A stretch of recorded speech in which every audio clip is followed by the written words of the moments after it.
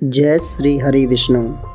आज हम आपको बताएंगे मृत्यु के समय प्राण कैसे निकलते हैं। ये कथा गरुड़ पुराण से है और ऐसी कथा जानने के लिए हमारे ज्ञान सागर चैनल को सब्सक्राइब करें। मित्रों, आज आपका फिर से स्वागत है हमारे ज्ञान सागर चैनल में। ये सब जानते हैं, भारत ही एकमात्र ऐसा देश है जहाँ सनातन धर्म को माना जाता है और ये बात सब लोग जानते हैं। हमारे सनातन धर्म में 18 प्राण होते हैं, जिसमें एक गरुड़ प्राण भी होता है। आज उसी के विषय में चर्चा करेंगे। गरुड़ प्राण में मृत्यु के संबंध में सब कुछ जानकारी बताई गई है।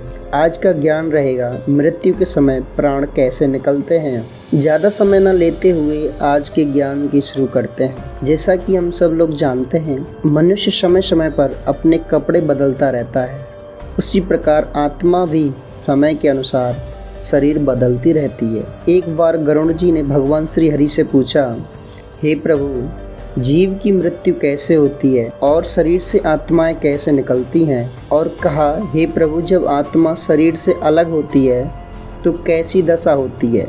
मृत्यु कब होती है और मृत्यु कैसी होती है? मृत्यु क्या है? मृत्यु का कैसा आकार होता है?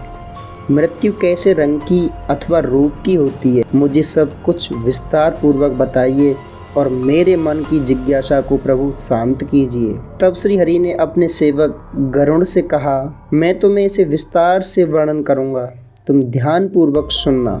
हे गरुड़, जीव की आत्मा शरीर से कैसे निकलती हैं और शरीर को कैसे छोड़ती हैं और शरीर को छोड़ते समय कैसा कष्ट होता है, अतः इसका क्या भेद है और मृत्यु का क्या कारण है, ये सब कुछ मैं तुम्हें विस्तार से बता रहा हूँ।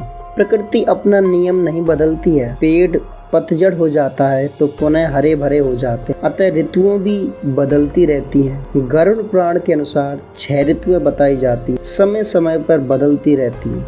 कभी सर्दी, कभी वर्षा, तो कभी पतझड़, कभी गर्मी। ये सारी ऋतुएं अपने अनुसार चलती रहती हैं। और श्री हरि बोले, हे गरुड़, ये सारे नियम जीव आत्मा पर भी लागू रहते हैं। पहले जीव का जन्म होता है, फिर युवा और फिर वृद्धावस्था हो जाती है, अंत में जीव की मृत्यु आ जाती है। परंतु हे गरुड़, जब जीव की मृत्यु का समय निकट आता है तब जीव को अनेकों बीमारियां घेर लेती, जैसे कि मानसिक पीड़ा, आंखों से दिखना बंद हो जाता है, उदर रोग बढ़ जाता है, घुटनों का रोग बढ़ जाता है, गले का रोग, अतः श्वास भी रोग बन जाता है और अनेक रोगों को जीव भोगता रहता है।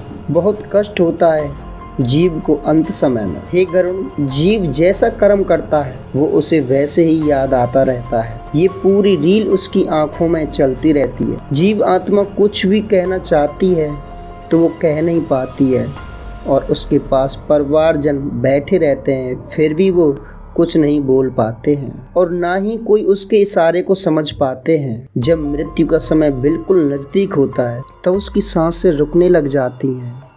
वह जीव बहुत जोर से बेचैन होता रहता है, झटपटाता रहता है।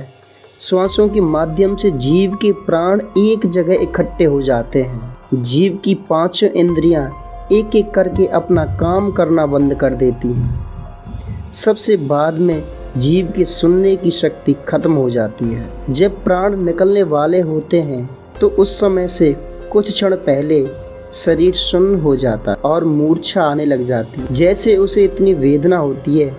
अनेक बिच्छू एक साथ डंक मारकर काटते हैं। तब उस जीव के पास 2 यमदूत आते हैं और उसके प्राण को और उनके प्राण को शरीर से खींच लेते हैं। ये प्राण ही आत्मा है। व्यक्ति के शरीर में 9 द्वार होते हैं, अर्थात 2 आँख, 2 कान, 2 नथुने, 1 मुंह और 2 मलमूत्र के द्वार माने जाते हैं। जब व्यक्ति की मृत्यु होती है तो यमदूत इन्हीं द्वारों से आत्मा को शरीर से बाहर निकालते हैं। ये सब मनुष्य के कर्मों पर निर्धारित होता है।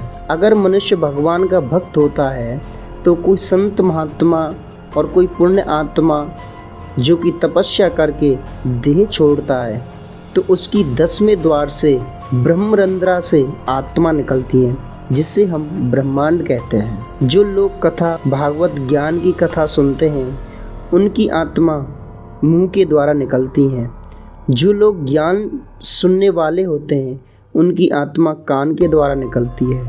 जो व्यक्ति भगवान के दर्शनार्थी होते हैं और दूरदृष्टि वाले होते हैं, उनकी आत्मा आँखों से निकलती है। जो लोग अच्छे विचार वाले होते हैं, उनकी आत्मा नाक के द्वार से निकलती है। और जो लोग पापी, कुकर्मी, झूठ बोलने वाले, सबका अनहित करने वाले और झूठी गवाही देने वाले होते हैं, उनकी आत्मा मल मूत्र के द्वार से निकलती है। इस तरह आत्मा को शरीर से यम के दूत बाहर निकाल देते हैं। भगवान कहते हैं, हे गरुड़, ये थी आत्मा को शरीर से बाहर निकालने की जानकारी।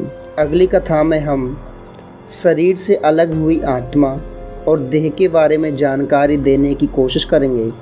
आशा करता हूँ आपको जानकारी अच्छी लगी होगी। और ये गरुड़ पुराण की जानकारी अगर आपको अच्छी लगी हो तो वीडियो को लाइक करें, चैनल को सब्सक्राइब करें और कमेंट में श्री हरि जरूर लिखें।